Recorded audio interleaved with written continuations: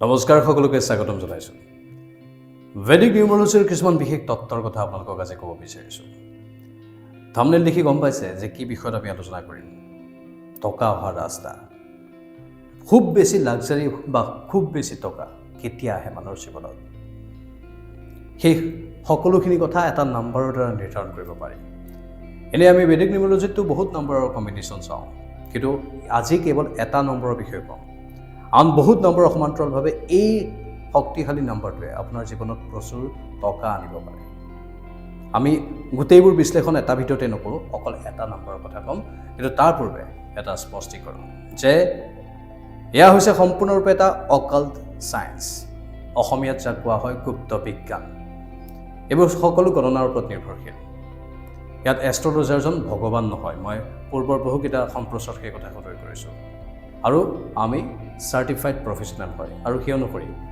আমি professional course কৰি এই গোটেই বৃত্তিটোত আহিছোঁ বা এই গোটেই সেৱাটোত আহিছোঁ ইয়াত মানুহ এজনৰ ব্যক্তিত্বৰ বহুখিনি কথা ক'ব পাৰি যিসকলে মোৰ সৈতে কনচাল্ট কৰে তেওঁলোকে ভালদৰে বুজি পায় ইয়াত মানুহজনৰ জীৱনত কি হৈ আছে কেনেকুৱা হৈ আছে এটা আভাস পাব পৰা যায় আৰু নাম্বাৰে সেইখিনি কথা কৈ দিয়ে নাম্বাৰে ইংগিতটো দি দিয়ে আৰু সঠিক মানুহে এনেকৈ কয় যে সঠিক কথাটো কিয় কৈ দিব নোৱাৰে যে জীৱনত এইটোৱেই হ'ব আচলতে জীৱনত এইটোৱেই হ'ব বুলি সঠিক এইকাৰণে ক'ব নোৱাৰোঁ কাৰণ একোটা নাম্বাৰৰ বহুখিনি বিশেষত্ব থাকে সেই নাম্বাৰটোৱে কিছুমান নিগেটিভ ইম্পেক্ট পেলায় কিছুমান পজিটিভ ইম্পেক্ট পেলায় আৰু আমি মাত্ৰ কৈহে দিওঁ যে এনেকুৱা হ'ব পাৰে সেই নাম্বাৰটোৰ ধৰ্ম অনুযায়ী সেই নাম্বাৰটোৱে দেখুওৱা এটা বিশেষ ছিগনেল অনুযায়ী তাৰ বাহিৰে মানুহজনে যদি সাৱধান হয় বেয়াৰ পৰা অলপ হাত খাই থাকিব পাৰে আৰু যদি মানুহজনে যদি সেইবোৰক আওকাণ কৰে তেনেহ'লে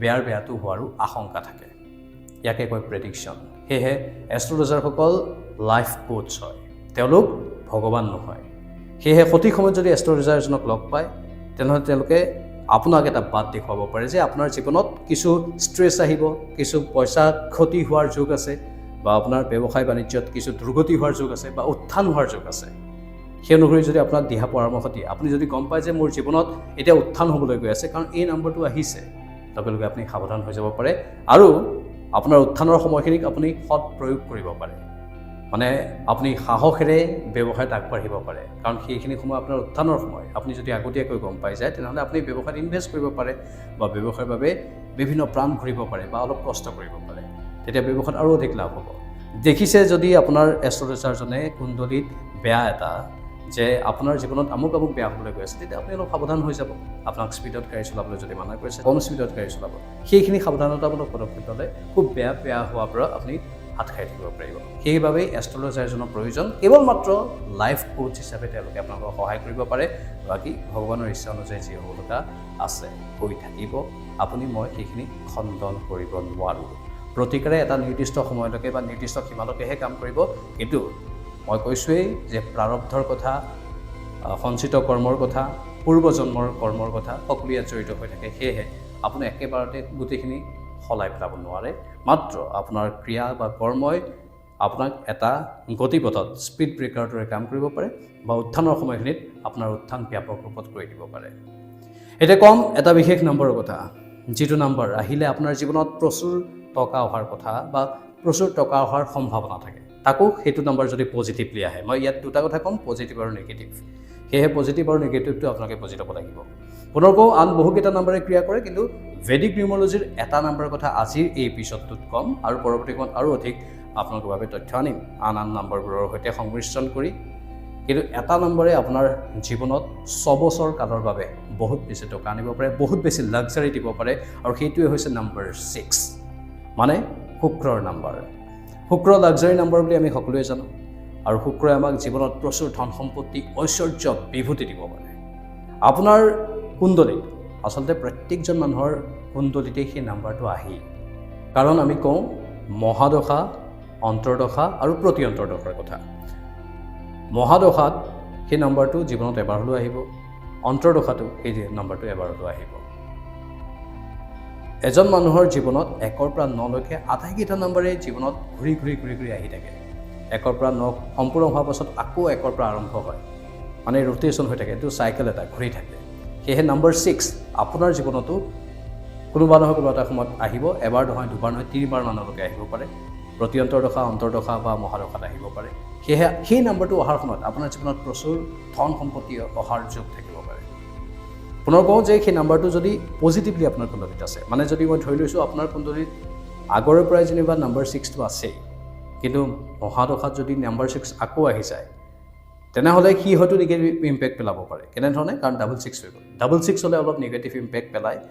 যদি আপোনাৰ লাক্সাৰী লাইফ চলি আছে, সেই লাক্সাৰী লাইফটো অলপ কমি যায়, হৰমনেল ইছ্যু বা তেনেকুৱা ধৰণৰ আশংকা থাকে। কিন্তু যদি আপোনাৰ ডেষ্টিনি আকৌ 6 হৈ থাকে, সেই ডাবল 6টোৱে আকৌ ডেষ্টিনি 6ৰ সৈতে মিলি আপোনাৰ কেৰিয়াৰত উত্থান আনি দিয়ে। মানে মাল্টিপল 6 বা যিকোনো মাল্টিপল নাম্বাৰ বেয়া নহয় যদি ডেষ্টিনিটো সেই একেটা নাম্বাৰেই থাকে।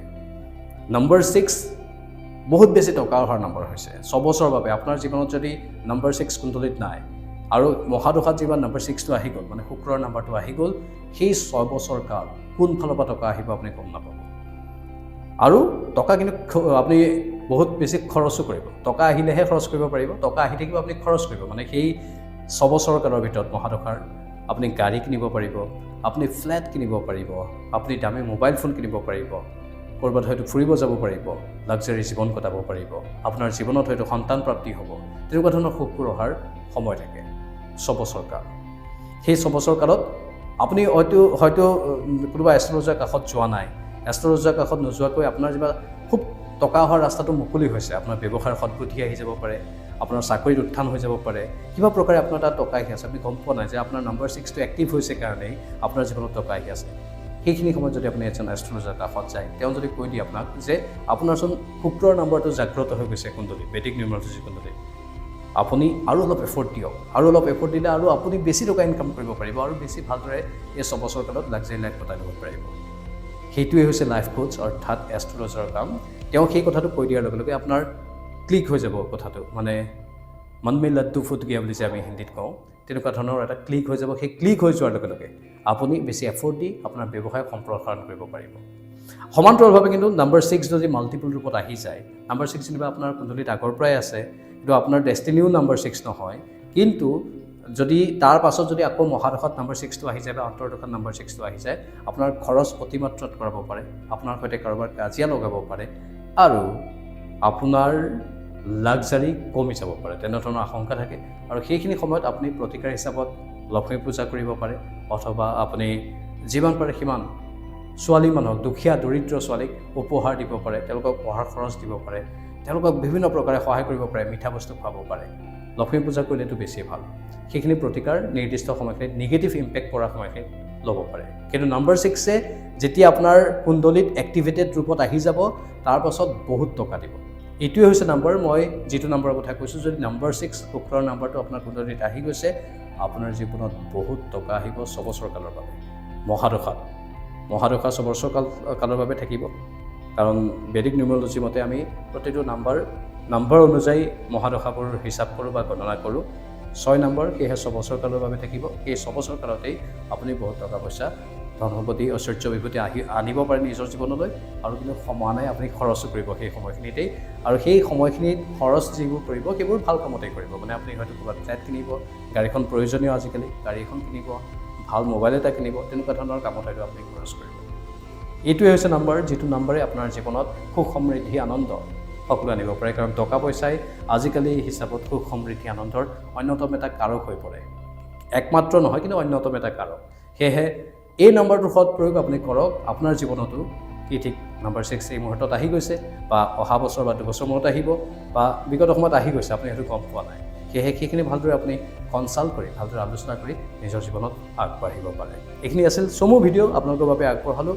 বিস্তাৰিত ৰূপত আৰু বহু ভিডিঅ' আছে, সেইখিনি পৰৱৰ্তী সময়ত আনিম। নম্বৰ 5 এক্টিভেটেড হ'লেও মানুহৰ শুভবুদ্ধি উদয় হয়, ভাল ব্যৱসায়ত মনোনিৱেশ কৰিব পাৰে, সেই কথাবোৰো থাকিব। নম্বৰ 3ৰো কিছুমান বিশেষ কাৰক থাকে, সেইখিনিও আছে। নম্বৰ 9ৰ আন কেতবোৰ কাৰক আছে। নম্বৰ 9এ আন কেতবোৰ ক্ষেত্ৰত সহায় কৰিব পাৰে, ৰাজনীতিত যোৱা মানুহৰ ক্ষেত্ৰত। সেইখিনি সকলোখিনি পৰৱৰ্তী ভিডিঅ'ত আনি থাকিম। এয়া আছিল আজিৰ ভিডিঅ'টি। আপোনালোকৰ মতামত কমেণ্ট বক্সত কমেণ্ট কৰি জনাব। নমস্কাৰ।